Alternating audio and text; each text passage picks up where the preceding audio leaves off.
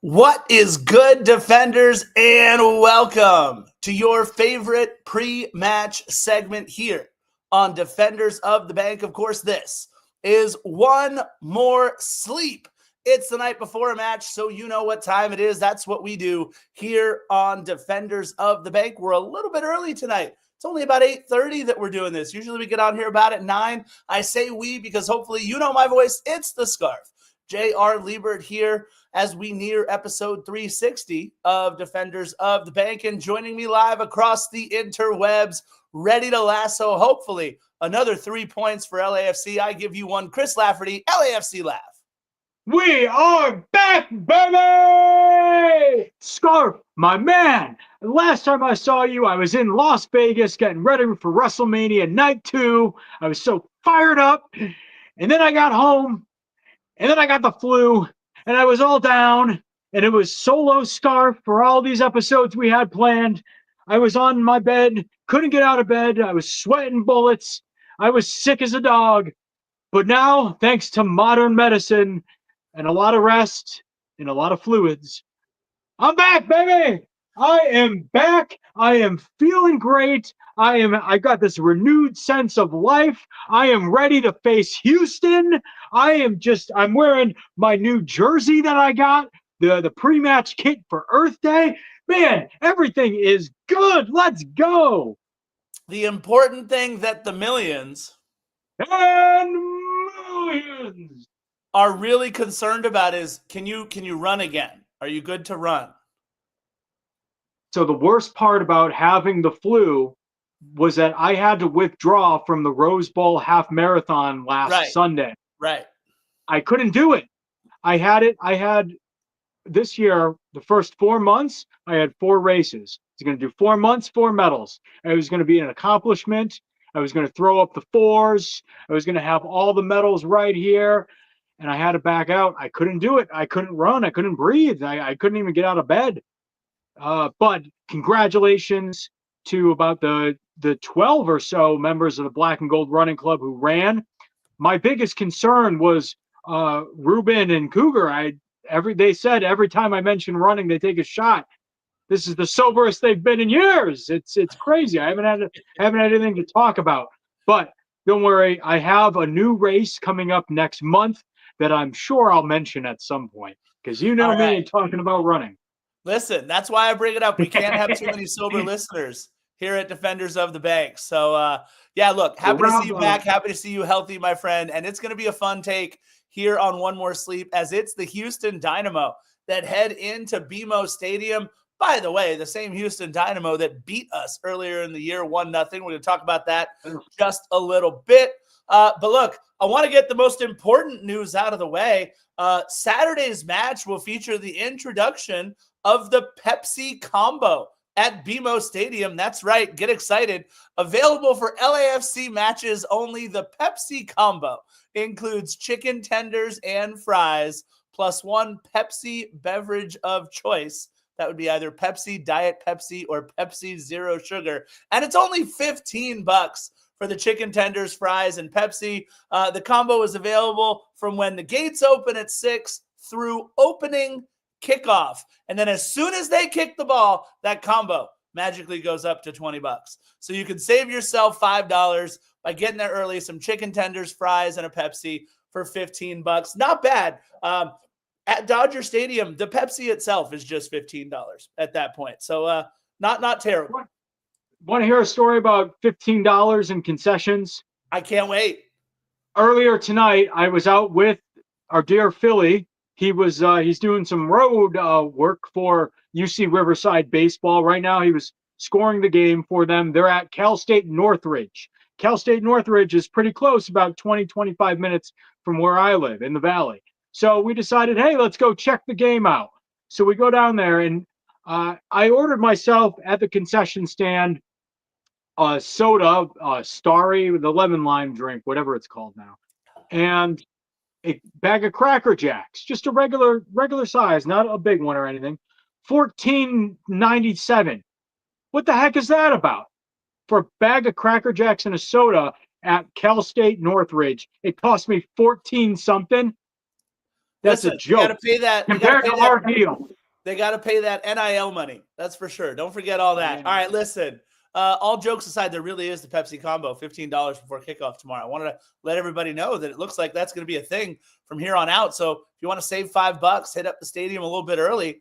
It'll be good up until kickoff. So chicken tenders, fries, and a Pepsi, $15. MLS regular season match number 11. Two clubs that are kind of hi there, Philly. It's Friday, and here we are on one more sleep, yay! I mean, I love it. You, I heard there was a pitching change in the first inning. How we are getting completely off the rails, by the way. But everybody, it's Christian Philly Philemon. Hello, yes, off the rails indeed. I left after the 7th inning stretch. It was 11-0. I thought, all right, I got to run and hustle. And try to make one more sleep. I'm getting close, defenders. I only got one more weekend of baseball ahead of me, and then it's all over. And then, unless something comes up in June, then I have my fingers crossed for. Y'all got me back. I will be back full time. Whether you like it or not, you're going to have to deal with it. And bear with me as I am getting myself ready to be back on the show. I love it. Can't wait. All right, so MLS regular season match number 11, and two clubs kind of heading in the same direction, which is odd to say because LAFC undefeated in our last 3, because it sure feels like it. 3 ugly ways to get at least a point. It looked great in Portland. It looked terrible at BMO against St. Louis, and we got the win in the match before that. That was okay. All right, sure. Thanks to Denis Bouanga's 4 goals in his last 3 MLS matches. LAFC sitting 8th place in the West, and that sounds bad, but we're just 4 points from second. So it's a very crowded field there in the West. We have allowed a lot of goals, 16 goals allowed on the season so far in just 10 matches. Houston, on the other hand, just 2 wins in their 10 matches on the season. They've scored a goal a match, 10 goals in 10 matches and 10 points. And I'm getting one finger, but not the one I normally get from Christian Philemon. Yes, sir. You mean that one? Yeah, that one. A thumbs up. Not the middle finger one. Okay, look, you're painting the picture as if it was really bad for Houston. And you can look at them and then go, yes, they are rather dumpster diving and dwelling where they are. But if you go over their last 5, Scarf, they only have 1 loss. And that 1 loss comes at the hands of the Portland Timbers back in March. So their run of form actually isn't as bad as it may seem. And as we do know and probably will allude to, they've got a pretty darn good record against us as well. What are you doing? I wasn't done painting the picture. You're absolutely right. I said, here, it's in my notes. If you go to the notes page, sir. What notes? I never read the notes. I know that Houston might only be 2-4-4, but both of those wins have come in their last 4. Oh, by the way, one of them against us where Jack McGlynn beat us 1-0. They're 2-0-2. They haven't scored more than 2 in any match so far this season, but they have scored 2 in each of their last 2 matches. I got all kinds of stuff about Houston. She's just so pumped about Houston. Good Lord. Guys, same team here. Come on, same team. Woo! We're not arguing. I guess this is the way, the agita of not being able to work together for a while. I love that you and I both use the word agita. That's for sure.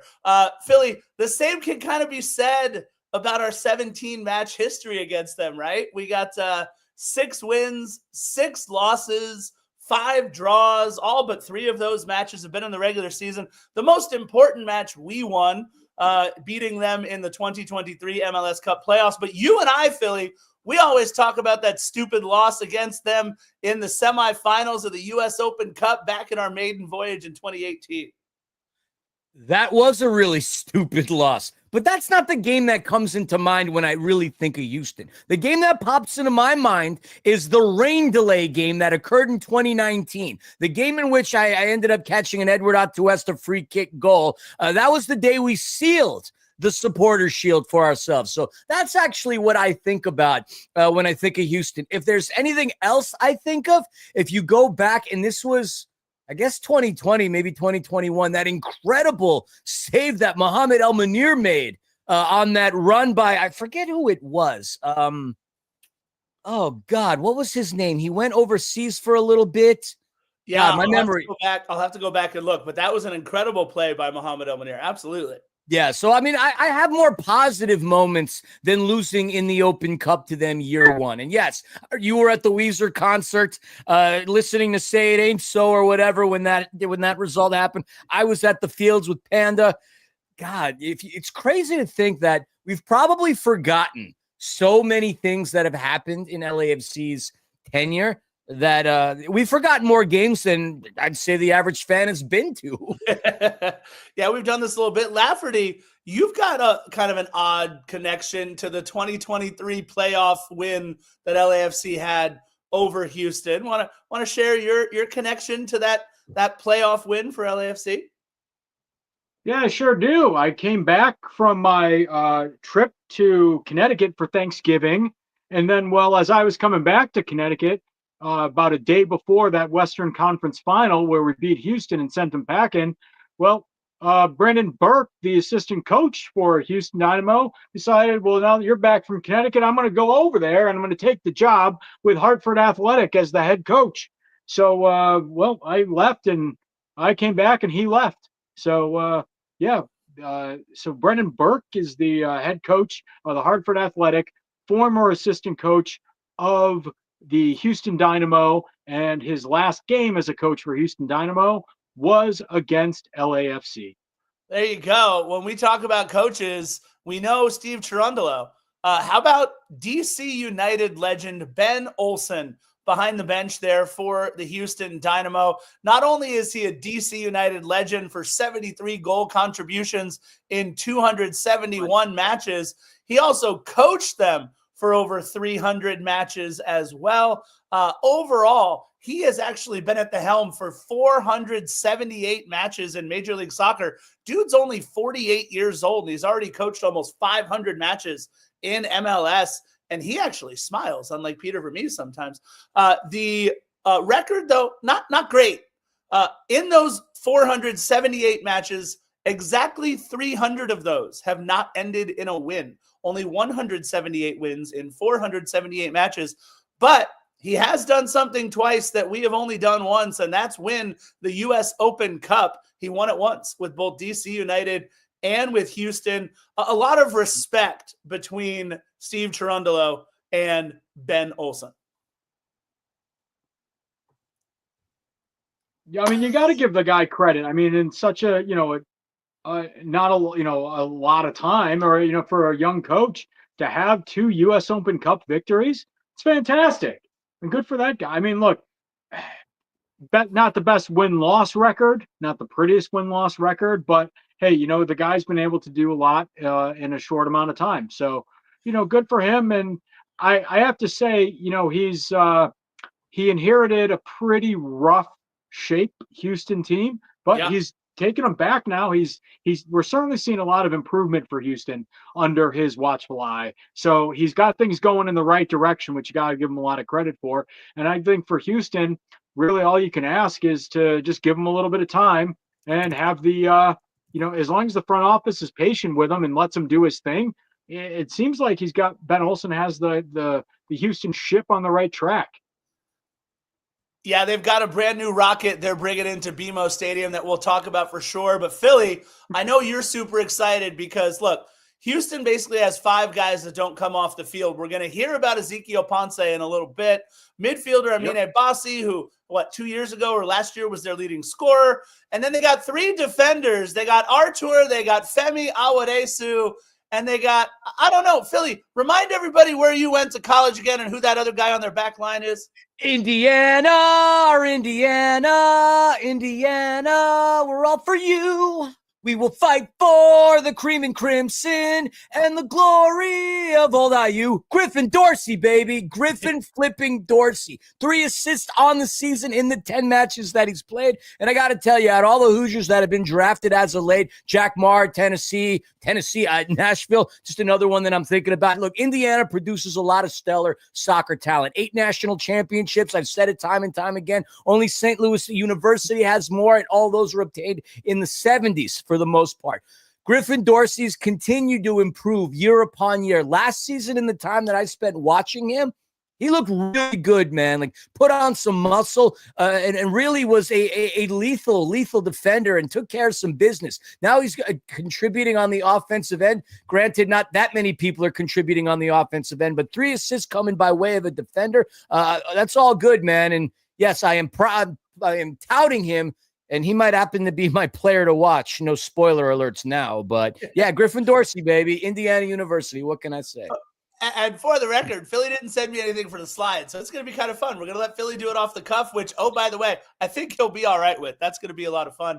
Look, yeah, I do everything off the cuff these days.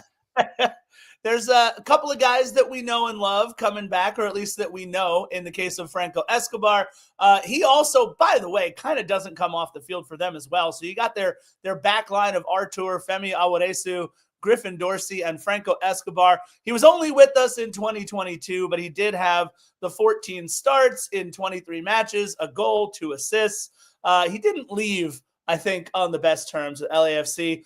But a player that we all have known and loved since he was 11 years old with the academy. He's having some tough time getting some burn on the pitch this season with just 67 minutes in 5 appearances, although he does have an assist against Messi's Miami team, is one Eric Dueñas, the original homegrown product that came through and was initially successful with LAFC. I'm really looking forward, Chris Lafferty, to the ovation that Eric Dueñas is going to get when he does come back. He doesn't start. He barely plays. I have a feeling Ben Olsen is going to find him some time on the pitch when he heads back to BMO. If Ben Olsen knows what's good for him, he'll find some time for Eric Dueñas to get on the pitch. I don't know why I'm really, really aggressive about that, but I mean it, darn it. Look, I think Dueñas is going to be the guy who's going to keep earning himself some playing time on this team. And the ovation that he gets when he does come on is going to be a really good, spirited, raucous ovation for him. Definitely a hearty clap because, the dude deserves it, because when he was here, not only did he come up through the academy system, but if you ever got to meet the guy, or like, he would always be going around after the matches, signing autographs, taking pictures with everybody all along the edges of the stadium there, going definitely the north side, the north end, and going all, on the Figueroa Street side too. The guy was great with the fans. He loved being there and thanking everybody for their support. He loved interacting with everybody, taking pictures. He was a man of the people. You know why? Because he was one of us. He grew up with us. So the thing is, the kid does not have a big head about himself. He doesn't have an ego, but he's got a lot of pride, which I love seeing, because he's putting in the work. And I'm just excited for him to come back and get some flowers, because Eric Dueñas deserves it. Great dude, did amazing work with us. And I'm glad that he was able to go to a place where he's going to continue to progress. Things were kind of log jammed in his position here for him. Wasn't going to see a lot of play. And we sent him off to spread his wings and fly. So I wish the best for Eric always, and I'm happy to have him back. Yeah, look, nothing like seeing Eric Dueñas come back. I just wish, kind of reminds me when Latif came back in a Houston jersey. I don't know. Don't love that. Philly, another player, by the way, veteran presence on this club, a great get for Ben Olsen. All he did was 120 goal contributions in 231 matches with Seattle Sounders. They get a guy who's played at Botafogo, Boca Juniors, Nacional, Ajax, Corinthians. Nico Logero coming on to this Houston Dynamo side, what that could mean for their midfield, especially, by the way, if they come out with a lead or it's tied late, being able to put a guy like Nico Logero in, that's a special player. Special player who's got a lot of history against us. I mean, in the 10 games that he's played with the Dynamo, he's managed to notch 1 goal. So not really contributing all that much on the offensive front, but a guy who knows LAFC and their tactics really well. A person who could easily get under the skin of several of our midfielders, in particular the young ones that we picked up. Chris, you were mentioning how there was a logjam for Eric Dueñas. I would say prior to Ryan Raposo and Frankie Amaya, there was plenty of space for him in the midfield had he stuck around for a season. season. So unlucky in that sense. But yeah, look, Lodero's a fantastic player. Getting older, obviously, but like the Toby Keith song, he could be as good once as he ever was. And he does get a lot of run. I mean, like you said, 10 games, not many players. The bench is not deep, let's put it this way, for the Houston Dynamo and Ben Olsen. But he adds some experience, obviously a championship pedigree, and, he's got his work cut out for him. This is a different team without Ache, who was obviously very exciting to watch when he was a part of Major League Soccer. But yes, Lodero could be a thorn in our side for sure. Absolutely. All right, let's get to it. Look, you're going to see slides for myself and Chris Lafferty. It's not because I don't like Philly, but it's because I had no idea he'd be on the show. So Philly's going to get a chance to give his picks anyway. So here we go, folks. We'll start off with mine. And Philly, my apologies, because had I known, I would have left the lowest of hanging fruit in Denis Bouanga for LAFC. I don't need to tell you guys why Denis Bouanga is our player to watch, but I'll just say it. 4 goals in his last 3 MLS matches. He now is just 3 behind the Golden Boot lead, so he can kind of see the guys out in front of him. So he has one more match with a brace, or dare I say even a hat trick. And I think we all agree, after watching him play these last 3 matches, he could have had as many as 10 goals in these last 3 matches. That's how unlucky and how good the goalies have been against Denis Bouanga over these last 3. He is playing like a man on fire. And again, we talked about this after the last match. When he put that draw on himself and he got up in front of everybody on that microphone and said, yeah, guys, put this one on me, I think we all were just like, damn, that's been the most leadership thing that LAFC has had all season. So really proud to have Denis Bouanga. And look, my eyes are on the guy that beat us last time. Jack McGlynn is the difference in that last match. We lost to Houston 1-0 in Houston, and it was indeed on a Jack McGlynn goal. This kid has a brand new start in Houston after coming through the Philadelphia Union system, played 135 matches with them. He's still very, very young, but they chose to give up on him to potentially get maybe a Kevin Sullivan or some of these other guys some more minutes out there in Houston. He did start and play the first 84 minutes of the 2022 MLS Cup final that we won over Philadelphia. But look, he's got a goal, obviously, that big goal, and 2 assists on the season for the Houston Dynamo. And we've had some problems with our midfield over the last couple of matches. So I've got Denis for us, and I've got their goal scorer for them, Jack McGlynn. Chris Lafferty.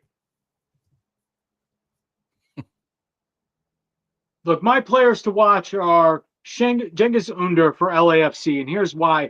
Towards the end of Olivier Giroud's time on the field last week, I was like, it's just not working this week. I thought he had some momentum early in the first half. In the second half, just didn't have it going. I was like, you know what? Just call it, sub him off, put in Under. And then as soon as Under comes in, he starts creating chances. He creates that chance for Denis Bouanga, who puts it away to get us back on the scoreboard. He even found Amaya on a corner kick. He found, I don't think anybody saw that coming, maybe not even Amaya, but Amaya got it, had a shot on goal. Unfortunately, it kind of went air sifu into the 17th row. But, the thing is about Under that I've always talked about ever since he got here, he may not be the one scoring the goals, but out there, he's creating the chances that weren't there before he came on the pitch. He's making things happen. So at some point, no matter when Under sees the field, he's going to make a difference. So I'm looking for him. If we need to be rejuvenated, re-energized, and just start having something happen during the game, it's going to be Under whenever he comes on to make that play. And as far as Houston goes, my player to watch is going to be Ezequiel Ponce, who we mentioned a little bit earlier, because why? Well, for them, he's kind of their main threat. He accounts for 65% of their shot attempts, and he accounts for 52% of their goals on the season. Now, when you look at it, he only has 3 goals in the season, so it's not like Houston's doing a lot of scoring. But with that 65% of their shot attempts, he's the one that they're focusing on. So if you take away their focus and take away Ezequiel Ponce, I really think that our defense could just completely stifle Houston at that point. And then it's open season for our strikers to go do the things that they should have been doing all year, and that they're starting to find their form on. And I think that LAFC, once they shut down Ponce, is going to start putting this game away. I love it. Philly, let's hear it, man. Your players to watch. I mean, I already told you earlier, it was Griffin Dorsey. I mean, the kid's improved tremendously since he got drafted. I think it was Toronto that picked him up initially back in 2019. Scarf, if you could fact check me real quick while I kind of go through things. What? You're laughing. No, I will. I got you. Okay, I'm pretty sure it was Toronto. Correct me if I'm wrong. But look, his 3 assists and his defensive contribution is what makes him somebody to watch for me. As far as LAFC is concerned, it could have been, I love Lafferty. I love your pick between Under and obviously Scarf, the low-hanging fruit, and that of Denny Bouanga. Those two showed some really nice chemistry together in the previous match that we had this past Sunday. Mm-hmm. I like them both, but ultimately the offense all lives and dies with Denny Bouanga until somebody has the wherewithal and the ability to punch through and hit the nylon. It's gotta be Denny Bouanga. Denny Bouanga needs to contribute in this game for LAFC to pick up a dub. Yeah, you're absolutely right, by the way. It was Toronto. So, Thank you very much. Again, off the cuff, baby. Well, I would hope you know your Hoosiers very well. That's for yeah, sure. But do you have any idea how much crap swims in my head these days? Like, I barely know. I barely remember a damn thing. All right. Wait, Keys. you know who? Hoosiers! Or in some people's case, yes. Who cares? I get it. Oh, boy. All right, so our keys to the match. We need a little less mid from our mid, as my middle schoolers would say. If something is mid, it's not very good. And we need to have our mid be a little less mid. This has been a frustrating couple of matches because our midfield seems to have a little bit of trouble. This last match, our midfield looked disjointed. It couldn't string several passes together. And we're talking about all 3 guys. This wasn't just a Timothy Tillman or an Igor Jesus or a Mark Delgado. This was a full-blown disaster in the midfield last match, despite, by the way, completing 400-plus passes in the first half, 700 passes overall. We still couldn't get anything going. It doesn't matter if you're passing the ball back and behind you over and over and over again. So we need a little less mid from our mid. And there's one player that nobody else has talked about. I almost picked them as my player to watch, but I want to give Jack McGlynn his due. Look, to borrow from Dolores O'Riordan. I hate you. I was literally going to quote the Cranberries. Damn you. Go on. You don't have to let it linger. With Ondrej Lingr, he came over from Slavia Prague on March 28th. He has played just 1 scarf's worth of minutes. That's 83 minutes that he has played on the season with 2 goals and 2 matches, including a goal in his last match, which was his first start. I think this guy is a handful for Major League Soccer, so we need to make sure we are watching out for Ondrej Lingr. I turn the floor over to Chris Lafferty after stealing, apparently, Philly's Cranberries reference. Oh, no, that's not dead silence. That was me letting it linger. Oh, no. Oh, no. Do you have to? There's the Romanian knee slap. Now everyone's asking me, do you have to? Do you have to let it linger? Wow, it's Friday night, folks. You guys get a concert with this podcast. Lucky you, everybody. See, Smirty in the chat is like, dang, why am I always so late? Well, don't worry, buddy. You came just in time for my concert. I was singing the Cranberries. Anyway, I kind of alluded to it earlier. Spread the attack. Here's the thing. If you shut down their main goal scorer, Ponce, we got to not just be relying upon Denny Bouanga, but we got to get everybody involved here and just hit them from all angles. I know Denny is starting to find his groove. I love seeing it. But look, if Giroud's out there, this is the team to get those opportunities. I want to see more from Tillman in the last handful of games. I am just not impressed with his play lately. I don't want to hate on him. I don't want to harp on him, but he gets in there in the box, and I'm like, he's the one player out there making me go, do something, or what are you doing? And I just want to see him put it together already. I root for Tillman. I just want to see him really start making good decisions, and being a scoring threat for us. I want Ryan Hollingshead involved in the on the attack for us. I just want everybody getting involved because this is an opportunity for us against a team like Houston to where you're going to get better looks than you will against some other teams. And if the iron is hot right now, strike and get yourselves used to putting balls in the back of the net, because this is just going to be practice for continuing to be dominant offensively, which is what I know this team is capable of. It's what we started to see more of in the last game. I thought the play that we brought was really offensively focused.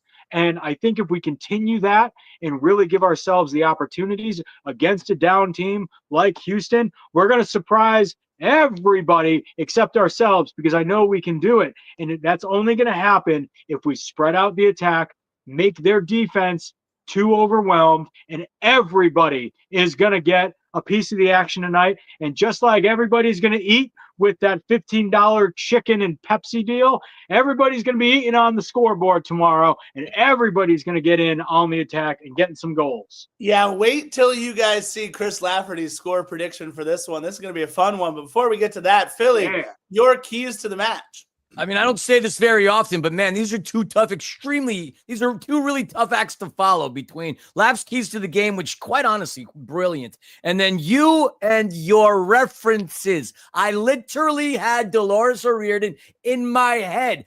40 million albums sold worldwide with the Cranberries. Do you have to? Do you have to? Do you have to let it linger? Yes. And I'm curious to see, Scarf, if you're going to pick up on what I'm about to say. But the Dynamo's recent performance, yes, it does suggest a strong passing game surrounded around Lingr. This kid is going to be interesting to watch moving forward. It is all about moving the midfield. By controlling that midfield, can limit their ability to dictate the pace and then create some opportunities. But those opportunities have to come by way of more people than Denis Bouanga. I'm not going to rehash or regurgitate anything you said because I'm literally on the same wavelength as you, despite not having potted with you consistently in a while.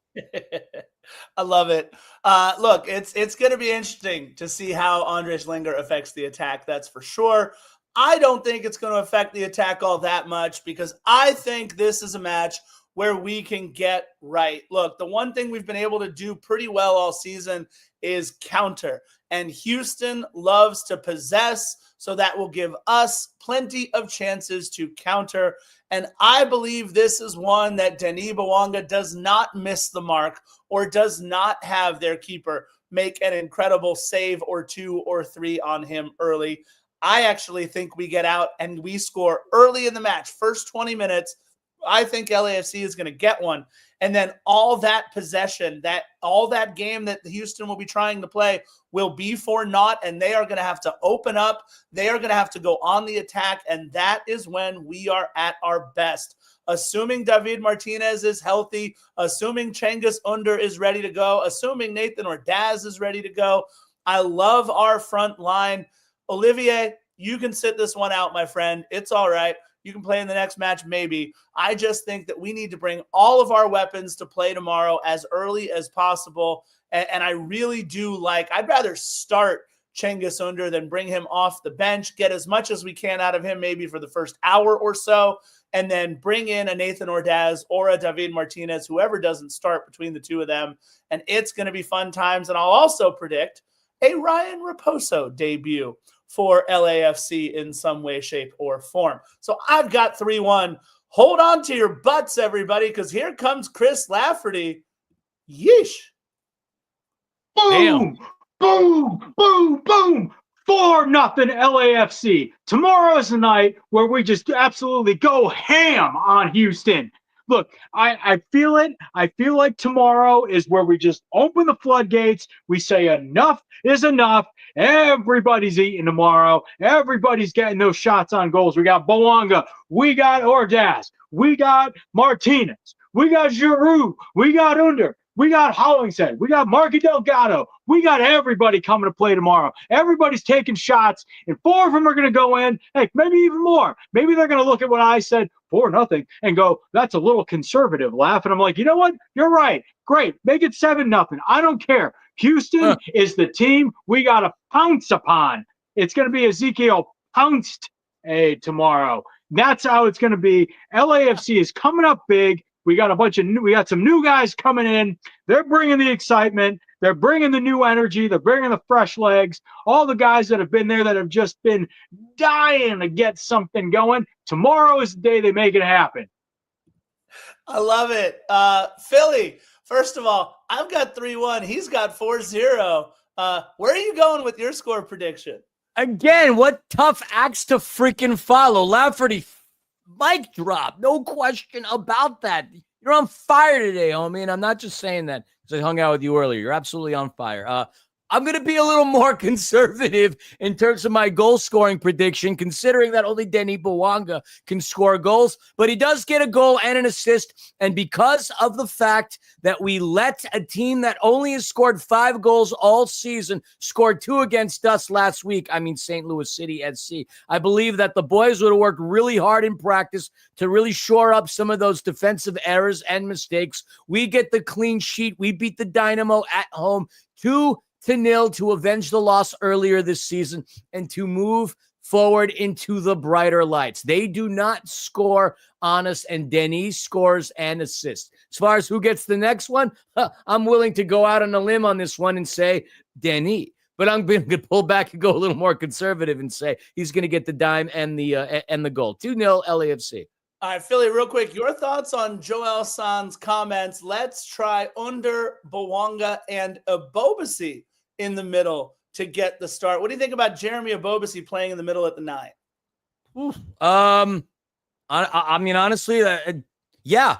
Why not give it a shot? In the grand scheme of it all, we don't have anybody that's really scored any goals and opened things up. So why not tinker with the lineup a little bit and see what works and what fits? I'm okay with that. I think it would be fun. Go out on a limb, experiment. Steve, you got the pressure off you all of a sudden. People they're not gonna be hating on you, which I still don't understand why they hated on you anyway. But you know, you're a free man right now. You have nothing but Deutschland in the horizon. Enjoy your time here. Do what you can to help create a victory. If it doesn't work, hey, we go back to the drawing board the next time around. But you know, Abobasi is a certified scorer, and he hasn't done that. So we have to find a good way to unlock him. That's for sure. All right, Lafferty, who are you bringing on in the 11 that we maybe haven't seen start in a while if you want to switch things up a little bit? Well, look, Abobasi didn't play in the last game we faced Houston. So I think it'll be good to get a fresh body out there, somebody that Houston's not used to. I think Houston got a lot of confidence in themselves in the last time we played them. That was a frustrating game to watch. I know that we're going to be bringing a different team this time around, and not only attitude-wise, not only focus-wise, but personnel-wise. And I think a guy like Abobasi is going to come in, be one of our main threats, but also be somebody new that Houston hasn't seen yet this year. Yeah, look, I think that's great. And I think with taking off both of our center backs last match, I think I may finally get my wish, I hope, and that's for Nkosi Tafari to get a start. I hope that everybody's obviously healthy, and it's Aaron Long alongside Nkosi Tafari, but that would be the guy that I think I would like to bring on if we could. It's going to be fun either way. I think it's, look, 7:30 p.m., BMO Stadium, Saturday night soccer at BMO is as good as it gets. And like our boy Ruben says, please don't forget to like, subscribe, and turn on notifications. Head on over to defendersofthebank.com, click that shop button. And this was great. We got an amazing appearance from one Christian Philemon. We got a little bit of energy in his 4-0 prediction from Chris Lafferty. And I mean, here I am just quoting the Cranberries as we're trying to get this episode all done. Look, y'all, it was so much to have every one of you again. However you access Defenders of the Bank content, we so appreciate you, whether it's on YouTube, Facebook, Instagram, Twitter, on all your podcast platforms. Thank you, thank you, thank you. We will see you guys tomorrow. And you know how we like to end each and every one of these. Auf Wiedersehen. Bye-bye. Bye-bye.